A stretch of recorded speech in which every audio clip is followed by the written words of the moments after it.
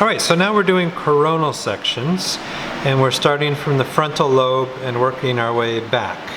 So just think about how that will contrast with horizontal sections, where, remember, with one cut we could see the anterior limb, the genu, and the posterior limb. Okay, but now we will be cutting through the anterior limb, working back to the posterior limb.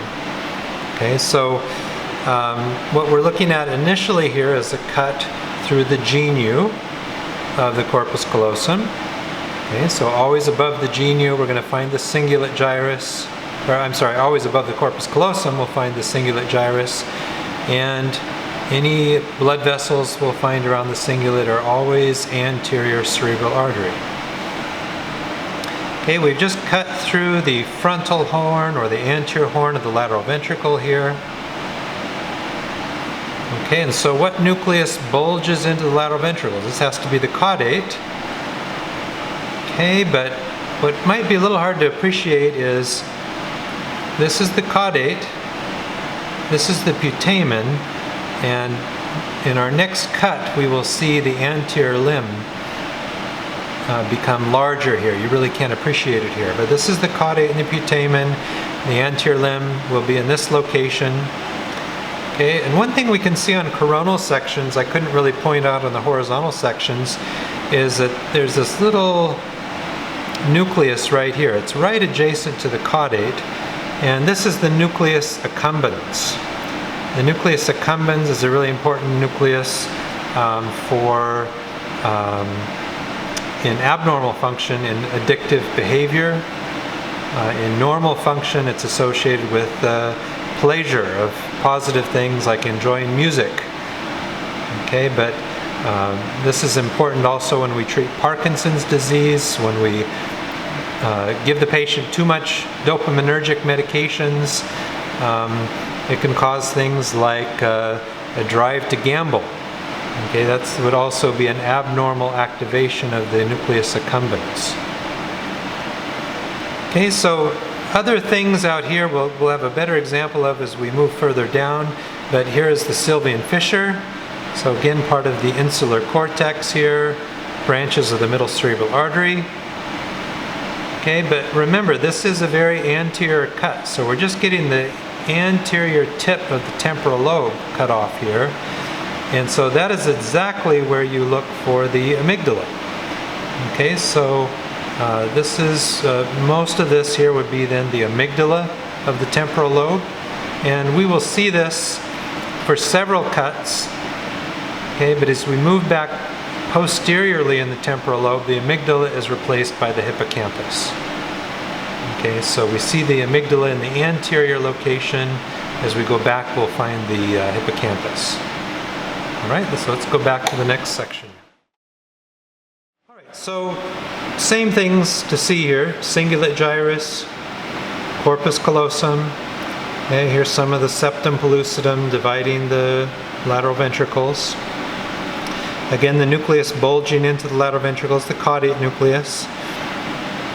And this is a little darker appearing than maybe how it normally is, but you can see some kind of striations here. This is the anterior limb, okay, which divides the caudate from the putamen, and we can still see some of the nucleus accumbens, actually pretty large right here. Okay, so as we move out laterally, okay, we're going to have the external capsule, the claustrum, very thin here, the extreme capsule, the insula, Sylvian Fissure, and branches of the middle cerebral artery. All right, so still this is the temporal lobe here. Okay, so not real obvious here. We might see this a little bit better, but the amygdala still in this medial portion of the temporal lobe.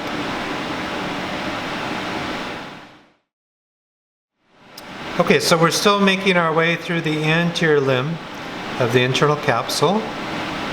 Okay, so again, medial is going to be the caudate nucleus. Lateral will be the putamen. So here's the putamen, And we're just getting a little bit in here to the Globus Pallidus here in this location. So putamen, you can see there's a little separation here, and the Globus Pallidus. Okay, now it's thin, but this is the Anterior Commissure. Notice it's connecting the temporal lobe and the hippocampal structures with temporal lobe, hippocampal structures here on the other side. So that's the Anterior Commissure.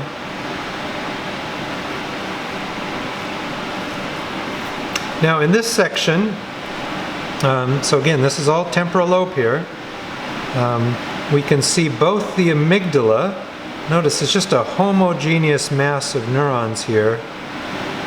And here's the hippocampus. All right, so we're kind of lucky to get both of them in one cut. In our next cut posteriorly, I wouldn't expect to see anything left of the amygdala, but the hippocampus extends all the way back through the temporal lobe. So we'll see that all the way back. And again, I hope you're able to appreciate how it's curling up.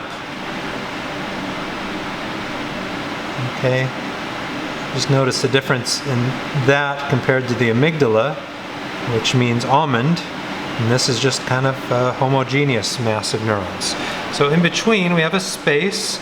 It's not real large, but that is the temporal horn of the lateral ventricle.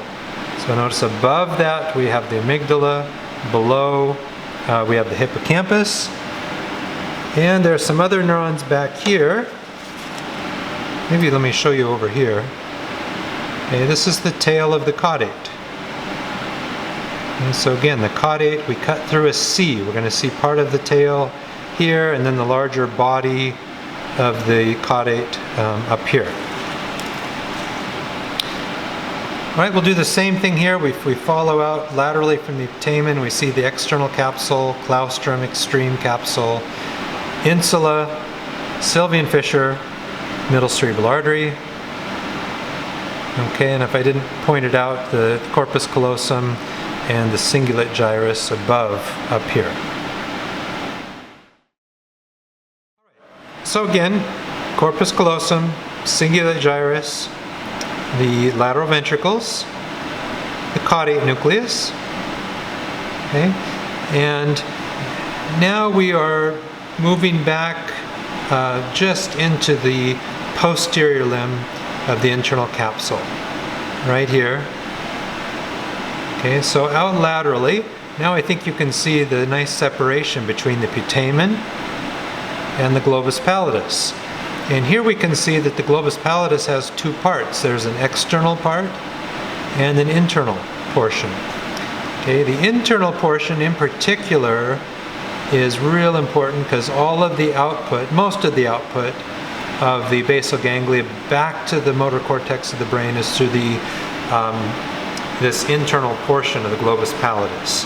So when we talk about Parkinson's disease and some of the surgical treatments that are available for Parkinson's disease, this is one of the most common locations, one of two locations really, where you can put a probe into the brain, electrically stimulate that part of the brain, and then your patient with Parkinson's can move much better. So the internal segment of the Globus Pallidus, really important here for, again, for basal ganglia circuitry. Okay, so this then is, this medial portion here is the thalamus, and a lot of this is the hypothalamus. So the space then in between has to be the third ventricle. Okay, and notice we've got these bumps right here. Okay, these are the mammillary bodies, okay, which form the floor of the hypothalamus. And we can actually see a little pathway going up from the mammillary body. Okay, this is that part of Papes circuit that goes from the mammillary body up to the anterior nucleus of the thalamus, which is up, well, this right here is the anterior nucleus of the thalamus. So I don't normally point that out, but just because you can actually see the pathway, that's another part of the Papes circuit. Okay. Now if we move out laterally here, again we see the temporal horn of the lateral ventricle. So in the floor we have the hippocampus again, and now we're too far back to see the amygdala. Okay, so all we see out here is the putamen, globus pallidus, but the amygdala is gone. We're too far posteriorly. Okay, so our next cut, hopefully, will be the most important part of this lab, because we want to follow this posterior limb of the internal capsule, and because remember the cortical spinal tract is located there, and we want to follow and see where that goes. This is, I think, the key, most important section here of our coronal slices, and what I want to do here is just follow the posterior limb of the internal capsule. And so notice it's dividing medial the caudate and the thalamus, just like we've always seen, those two medial structures, with the putamen, just a little bit of the globus pallidus there laterally. Okay, but the posterior limb, remember the cortical spinal tract is in the posterior limb. So all of the motor fibers from the leg medially, from the face and the arm laterally, here travel through the posterior limb of the internal capsule, and as this continues down, it goes through the cerebral peduncle. Okay, and so right at that junction, notice we've got a football-shaped nucleus. That's the subthalamic nucleus. Okay, again, basal ganglia circuitry. So we've got posterior limb of the internal capsule, cerebral peduncle, and then notice we see these fibers traveling through the pons. This is just the continuation of the cortical spinal tract down through the pons, and then finally down to the medullary pyramid. You can see it over here on this side. Okay, so again, the cortical spinal tract travels down like this, and then all the way down here at the lower part of the medullary pyramid, and you can't see this here, but it crosses over. So when we talk about one side of the brain controlling the opposite side of the body, we kind of get the full, extent of that pathway here. So again, I pointed out the subthalamic nucleus. We can see that real nicely here on both sides. Again, I'll just point out here the large thalamus and the caudate. And notice here's that vein again, the thalamostriate vein, really large here. So the pathway around that is the stria terminalis. Again, that is amygdala communication with the hypothalamus. Okay, here's again the corpus callosum, cingulate gyrus. If we move out laterally from the putamen, we have the external capsule, claustrum, extreme capsule, insula, Sylvian Fissure. Now the other thing that shows up nicely here is that we have a rather unique shaped nucleus. Okay, I think in our next section it'll show up even better. So we see it here and also over here. Maybe you can imagine it goes up like this and then back down. Napoleon's hat shape. So this is the lateral geniculate nucleus. So this is here's the thalamus. All right, the lateral geniculate is part of the thalamus, but it's lateral. And so this is the thalamic nucleus for vision. Okay, so all that information from the optic nerve, chiasm, and tract goes back to the lateral geniculate on its way to the occipital lobe. So remember, all information except smell has to go through the thalamus. So vision goes through the lateral geniculate of the thalamus. Now, unfortunately, there is a medial geniculate nucleus for sound, and that is often just very elusive. But if there were a nucleus right here, medial to the lateral geniculate, that would be the medial geniculate nucleus. Right, here is the temporal horn of the lateral ventricle. So this is the hippocampus again. And you get a little bit of the tail of the caudate right there. Now, I said that this is the cerebral peduncle. How do we know this is the midbrain? Well, one thing is the subthalamic is kind of a helpful landmark to tell us we're right at that posterior limb cerebral peduncle junction. The other thing is I can see some darkly staining neurons here. We're just getting into this. It should be larger in the next section. So this whole thing right here is the midbrain. Okay, and the third nerve, remember, exits the midbrain through a space, and this actually is the interpeduncular fossa of the midbrain right there. So this is the pons. We've already pointed out the corticospinal tract and the pons. So the fibers that are going out here to the cerebellum, this is all the middle cerebellar peduncle right here. This is the largest of the three cerebellar peduncles.